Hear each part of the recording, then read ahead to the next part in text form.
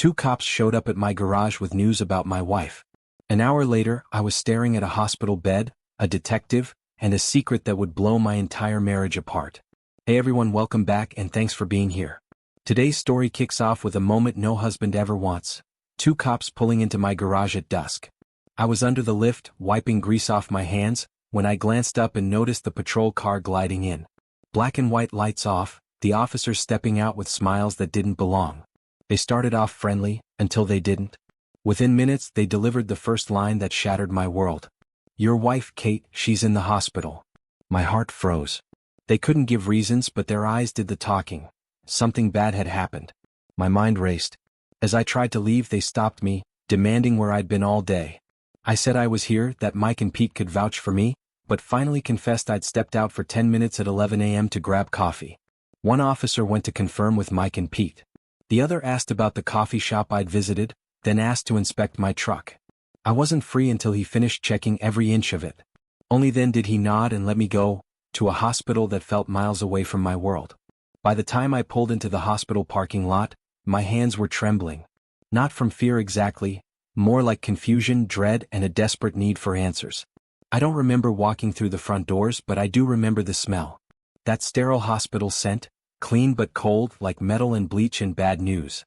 A nurse met me at the front desk, clipboard in hand. "You're David Lawson?" I nodded. She didn't smile. "She's in surgery," she said quietly. "There was a lot of blood loss. She's stable now, but we'll need you to wait." "What happened?" I asked. The nurse hesitated. "I'm not authorized to share those details." I sat down in the waiting room, feeling like my lungs had turned to concrete. Minutes passed. Maybe hours. Eventually, a doctor emerged from behind the swinging doors. Young guy, probably late 30s. Hair too neat. His mouth tugged into what I can only describe as a half smile. Not kindness. Not sympathy. Something else. "She survived," he said. "We had to perform emergency surgery. Multiple transfusions. She'll be sedated for a while." But he never told me what had happened. That half smile stuck with me. Like he knew something I didn't, and didn't plan to tell me. As I turned to leave, the same two officers from earlier intercepted me in the hallway. Their friendliness was long gone now. We sat down in the cafeteria, styrofoam cups of bad coffee between us. "We need to ask you again," the younger one said, "about your relationship with your wife." "We've been married 8 years, I said. "She's a lawyer. I guess. She quit a month ago. We were trying for a baby. She wanted one last break before motherhood."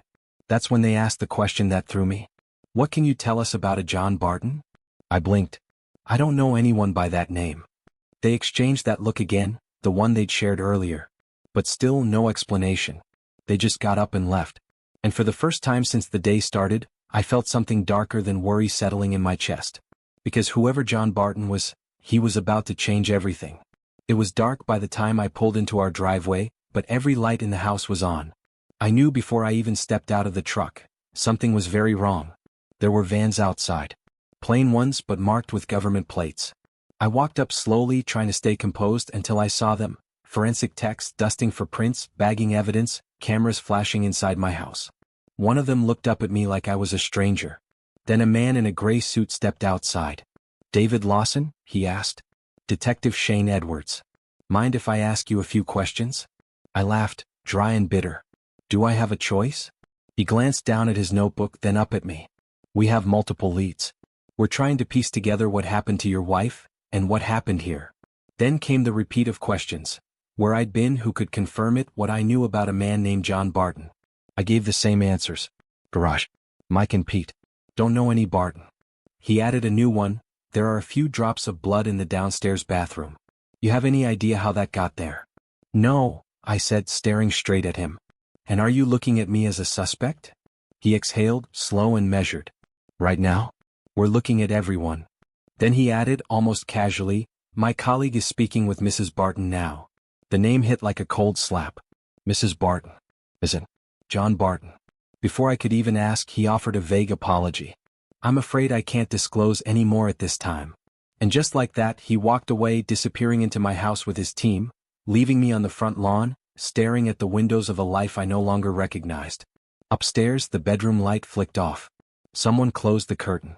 And for a split second, I had this irrational thought. That house doesn't belong to me anymore. After the cops and crime scene techs finally cleared out, I stepped into my house like I was walking into someone else's life. I went upstairs straight to our bedroom but stopped at the doorway. That room didn't feel like mine anymore. The bed was stripped, the sheets gone. The smell of bleach clung to the air, but underneath it, something sour lingered. Something familiar. I sat down on the edge of the mattress, elbows on knees, hands knotted. My mind drifted back to earlier that morning before all this. 10 a.m. I'd been at work. The garage was busy. Pete was under the hood of a '94 Camaro, and Mike had grease halfway to his elbows, shouting about a misfiring cylinder. But my thoughts were somewhere else. They say men think about intimacy 60+ times a day. After the last month, I was definitely above average. Kate had pulled away recently, excuses, fatigue, headaches, moods. I chalked it up to the stress of quitting her job and planning for pregnancy. I didn't push her. I figured she needed time to adjust. I gave her space. But that morning I decided I'd had enough distance. I wanted to do something spontaneous, something us. I told the guys I was stepping out. Pete asked if I could test drive the car he'd just finished. I agreed, took it for a short loop, then detoured toward home. Halfway there, I stopped and grabbed Kate's favorite croissants. Pecan chocolate swirl. Still warm. I was smiling when I pulled into the driveway. That smile vanished instantly when I saw a car I didn't recognize parked outside. At first, I told myself it was probably a friend. Maybe a delivery. Maybe her mom. Something harmless. I called out when I opened the door. No answer. I stepped in further, and then I heard it. A sound no husband should ever hear. Laughter. Breathless. Intimate. Then moans, Kate's voice. Familiar. And yet, somehow, entirely foreign. My stomach flipped. My hand went to my pocket, not even thinking, just instinct. At the garage, I always recorded video when clients dropped off their vehicles, just in case someone tried to claim we damaged something later. The habit was second nature by now. So I did what I'd trained myself to do. I pressed record. The stairs felt longer that day. Each step was a weight. My feet moved on their own, but my chest felt like it was caving in with every breath.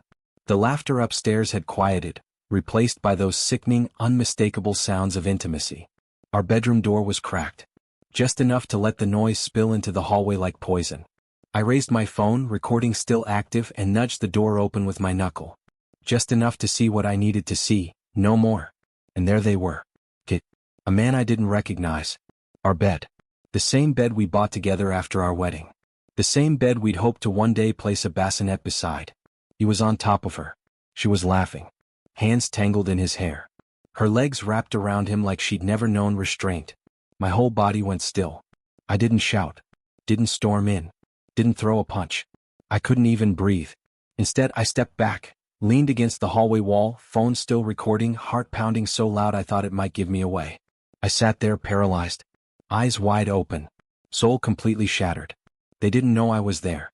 Didn't care about who they were hurting. Not in that moment. Eventually the sounds faded. Their voices dropped to murmurs. Quiet conversation, giggles, maybe a kiss. I couldn't bear to listen. I needed to think. I needed to get out. I stood, legs trembling, and crept back down the stairs. I didn't know what I was going to do, but I knew one thing. I couldn't unsee what I'd seen. And for the first time in our marriage, I didn't want to save it. Downstairs, I collapsed into the couch, the croissant bag still crumpled in my hand. The smell of butter and chocolate turned my stomach. I tossed it aside and just sat there, in silence, surrounded by the echo of moans still ringing in my ears. I stared at the wall until my vision blurred. Then something inside me shifted. Grief gave way to clarity. I wasn't going to cry. I wasn't going to beg. I wasn't going to scream. I was going to make them remember this day. Every second of it. Kate had made a decision, one that shredded 8 years of loyalty in a single morning. And I was going to make her feel the weight of it. I'd served in the Army National Guard 2 years ago, special assignment clearing old military vehicles. One day I came across a leftover non-lethal device, a flashbang. We weren't supposed to keep anything from the field, but curiosity got the best of me. It was meant for hostage situations, a stunning blast of light and sound designed to disorient, not destroy. Still, when modified, it packed a hell of a wake-up call. I remembered it was buried in the back of my workshop. A plan started to form. Not violence. Not revenge in the bloody sense. No, this would be humiliation. Pure and simple. A statement. I stood up, wiped my face, and walked calmly to my garage. In minutes I had the device in hand. I added a simple rope loop, just enough to hang it from something overhead. No damage. Just a flash. Just a bang. Enough to turn pleasure into panic. I walked back into the house, up the stairs, toward the still-closed bedroom door. This time I didn't tiptoe. I let my boots thud on the steps. Let them hear me coming. And as I opened the door, I could already see them tangled in sheets, too distracted to care. I didn't say a word. I pulled the pin. Hung it from the light. Stepped back. Plugged my ears. Closed my eyes. And then, boom. The detonation was louder than I remembered. Even with my ears covered, the blast sent a dull roar through my skull. The floor vibrated. The walls seemed to breathe for a moment. Light like a supernova filled the hallway behind my closed eyelids. Then silence. Heavy. Thick. Ominous. I waited a beat, then opened my eyes. What I saw inside that room stopped me cold. He was on the floor, naked and unmoving, curled in on himself like something vital had been stolen. And in a way it had. His hands were between his legs. Blood soaked the sheets. Kate lay on the carpet, eyes wide, her mouth slack, shaking, trembling, a hand to her lips. She looked up at me like she didn't even recognize who I was. I didn't say a word. Just stepped forward, my eyes scanning for anything that could link this back to me. I spotted the detonator, still dangling. Detached it. Slipped it into my pocket. Then, slowly I turned toward the bathroom.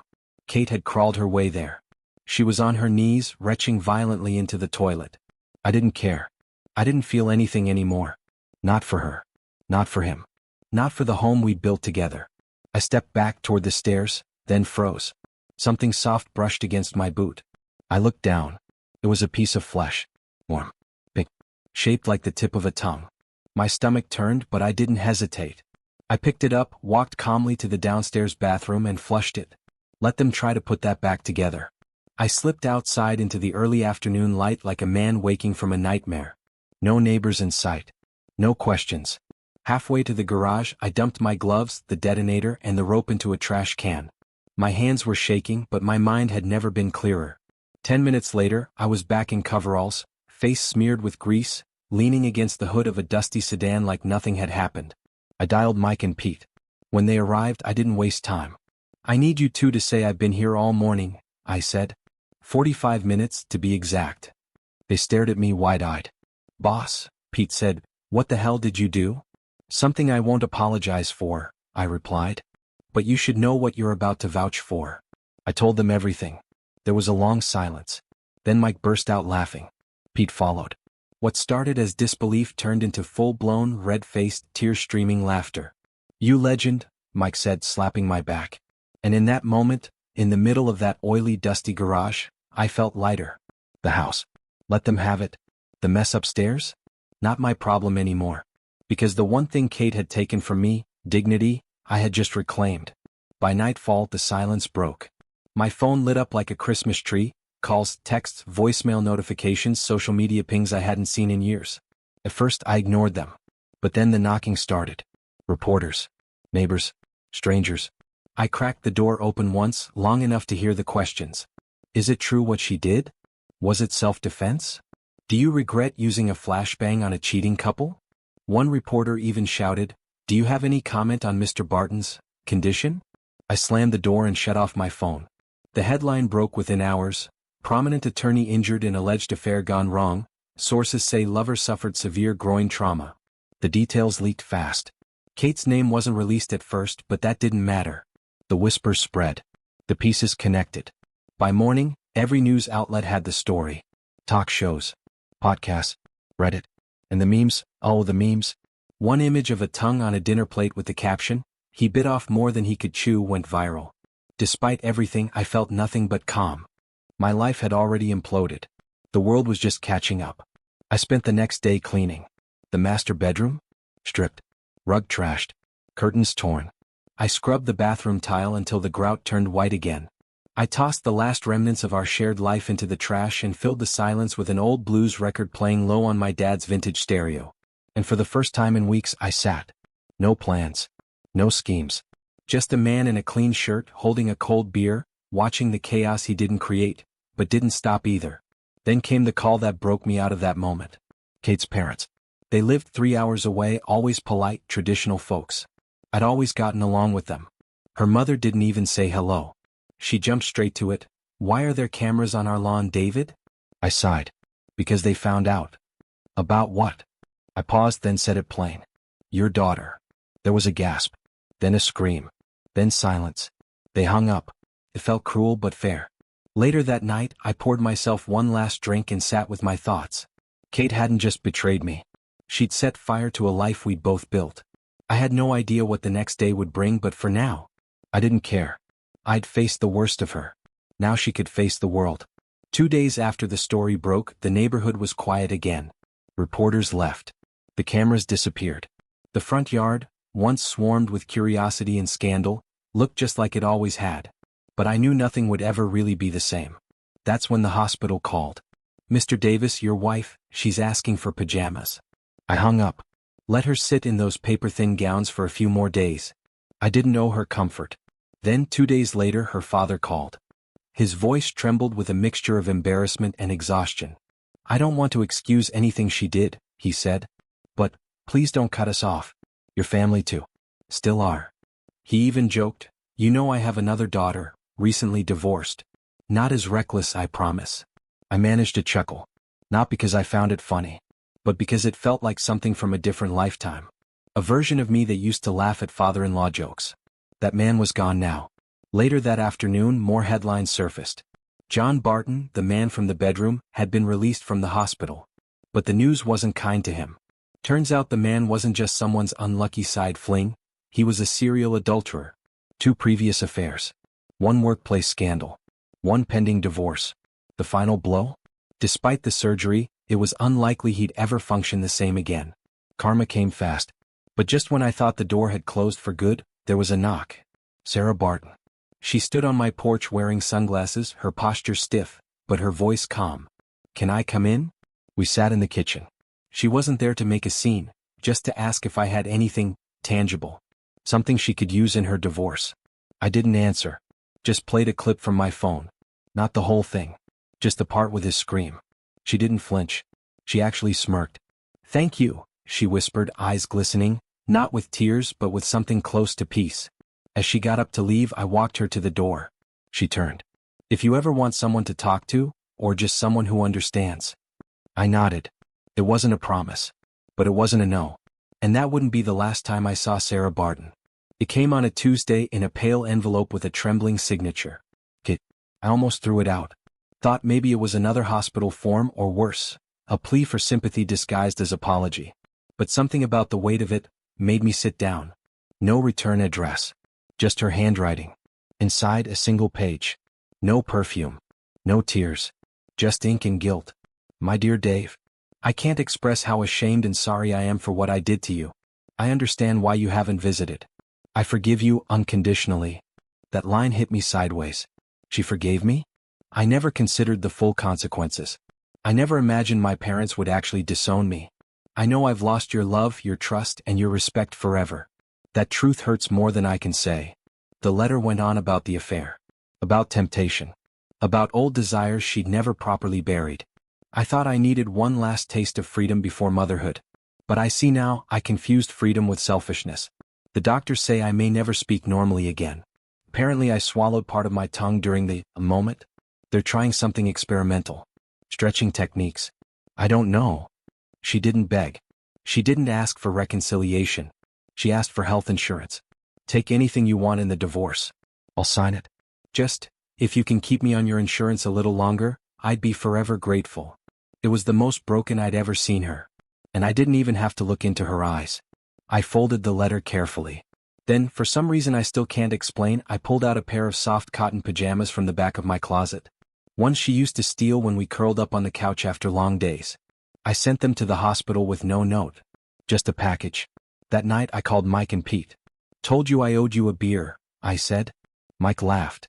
"At this point, boss? You owe us a whole keg." It's been a year. 12 months since the worst day of my life cracked open a door I didn't know I needed.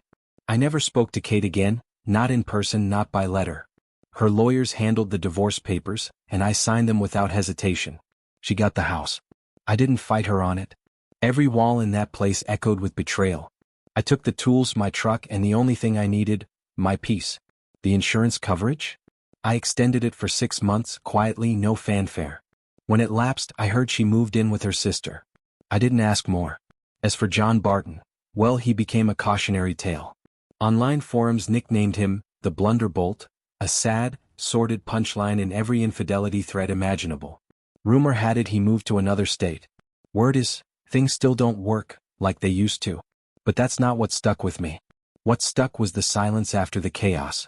The clarity. I didn't rebuild with vengeance in my heart. I didn't need to. Life had already punished the guilty. What I needed was to remember who I was before all of this. And then, there was Sarah. It started slow. Coffee. A long walk.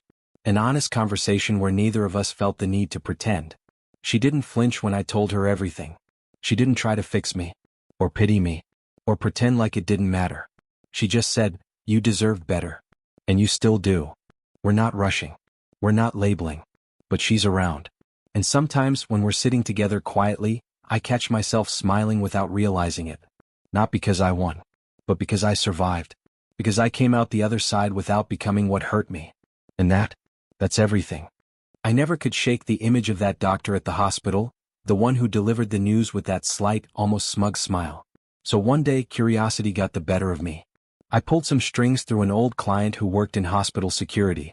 Discreetly, he ran the attending doctor's name. Turns out, he used to be Kate's client. Back when she was practicing law, she helped him win a malpractice suit. They kept in touch, apparently. Drinks, dinners, maybe more.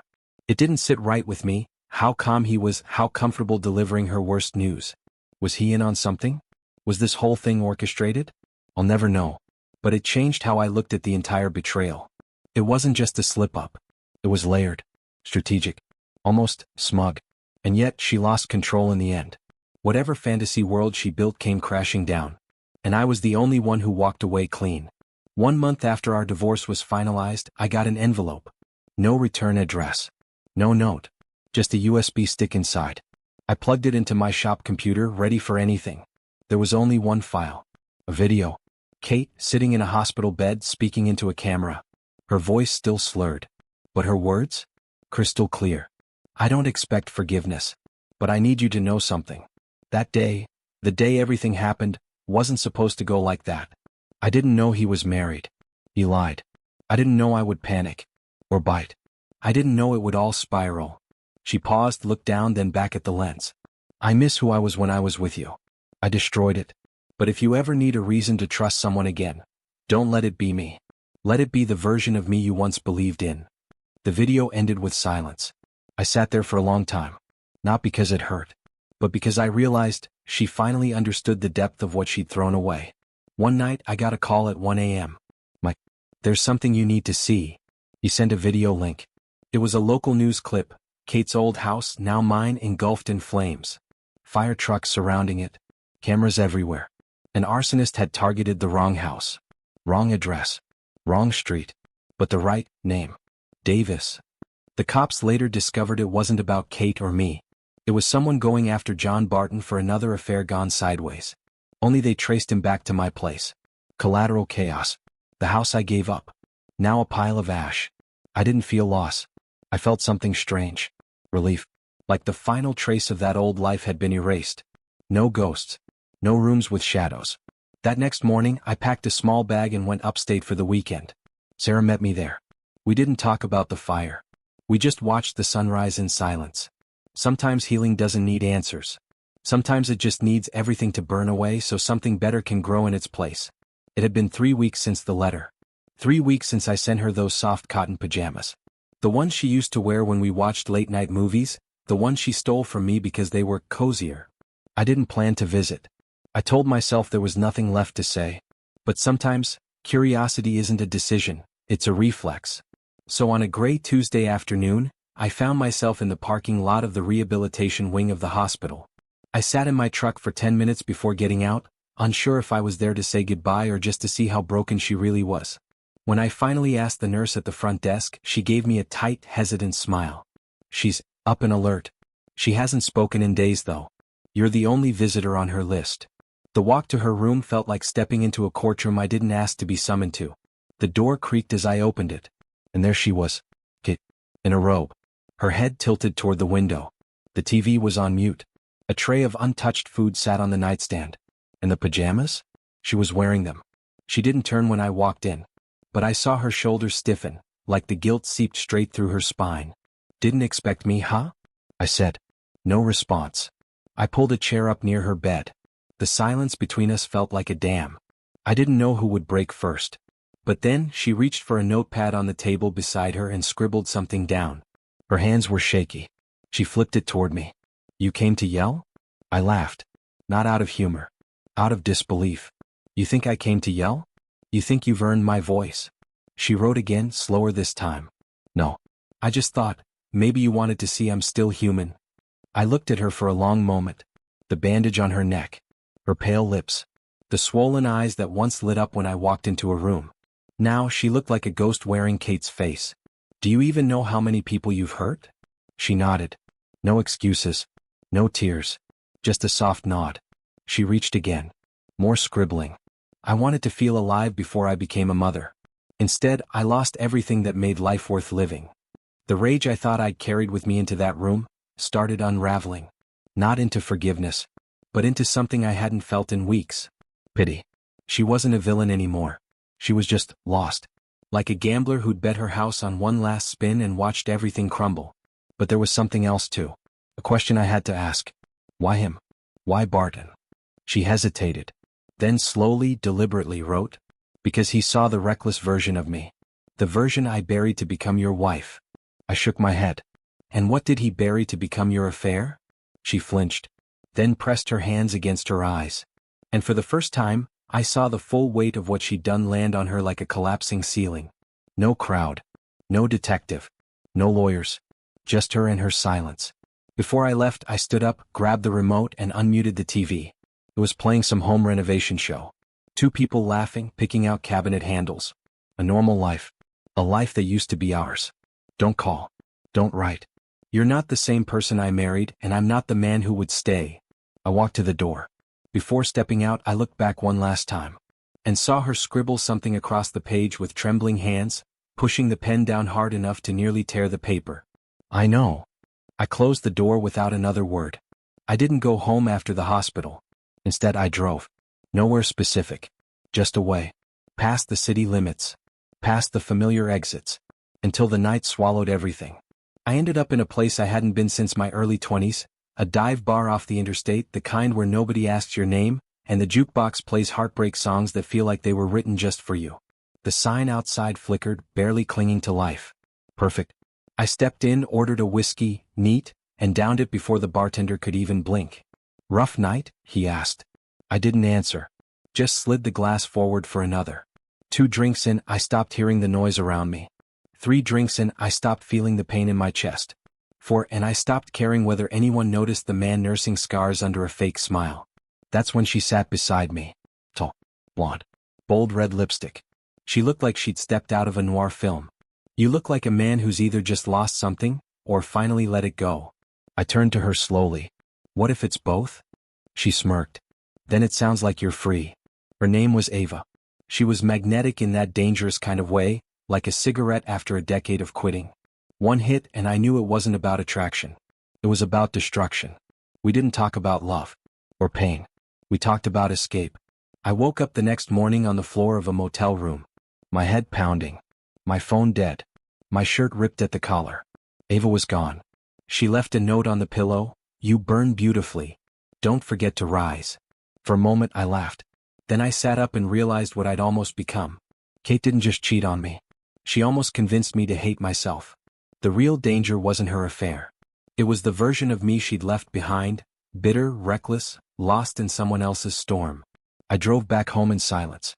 That night, I deleted her number for good. It started with a knock. Not urgent. Not aggressive. Just odd. Like the person on the other side wasn't sure they should be there. I opened the door to a woman in her mid-40s. Tall, sharp features. Dressed too neatly for a social call. She smiled, but it didn't reach her eyes. Mr. Harper? She asked. My name is Karen Barton. John Barton's ex-wife. I felt my chest tighten. She glanced around as if weighing whether to speak here or not. I stepped aside and gestured silently. Inside, she walked like someone who used to have power and learned the hard way that some losses don't come with closure. Look, she began, settling into the chair across from me. I'm not here to stir up more trouble. But you need to know something about John. Something no one else is likely to tell you. I folded my arms. I'm listening. She took a breath, then dove straight in. He's not just a serial cheater. He's been doing this for years, specifically with married women. It's a pattern. Always someone married. Always someone with something to lose. Why? Control, she said flatly. John doesn't love anyone. He's a narcissist who feeds off emotional destruction. He used to brag about it, said if he couldn't build a legacy, he'd settle for breaking someone else's. I stared at her. Kate, I said quietly. She nodded. I don't know your wife, but she wasn't the first. And you won't be the last man he nearly broke. I stood up, pacing. All this time I thought it was Kate's failing. Her betrayal. But he picked her. He always does, Karen said. And if she was unhappy, vulnerable, even questioning her place in your marriage, he'd have sensed it like blood in the water. I sat back down, a slow breath escaping my lungs. I thought I saw the whole picture, I muttered. But I didn't. I just saw the fallout. She placed a small manila envelope on the table. These are copies of some messages. John sent them to his brother during your affair. They're disturbing. I didn't open it. Not yet. Karen stood to leave. I'm not trying to excuse her, she added. Cheating is still a choice. But knowing what kind of man John is, it might help you understand why it all unraveled the way it did. As the door shut behind her, I stared at the envelope like it might bite. I opened it, and what I saw made my stomach twist. Screenshots. Dozens. John writing about destroying the suburban fantasy. Laughing about breaking the loyal ones. Mocking Kate for saying she'd leave me but never having the guts. The final message? It's not about sleeping with their wives. It's about proving no man is safe. I sat in stunned silence for a long time.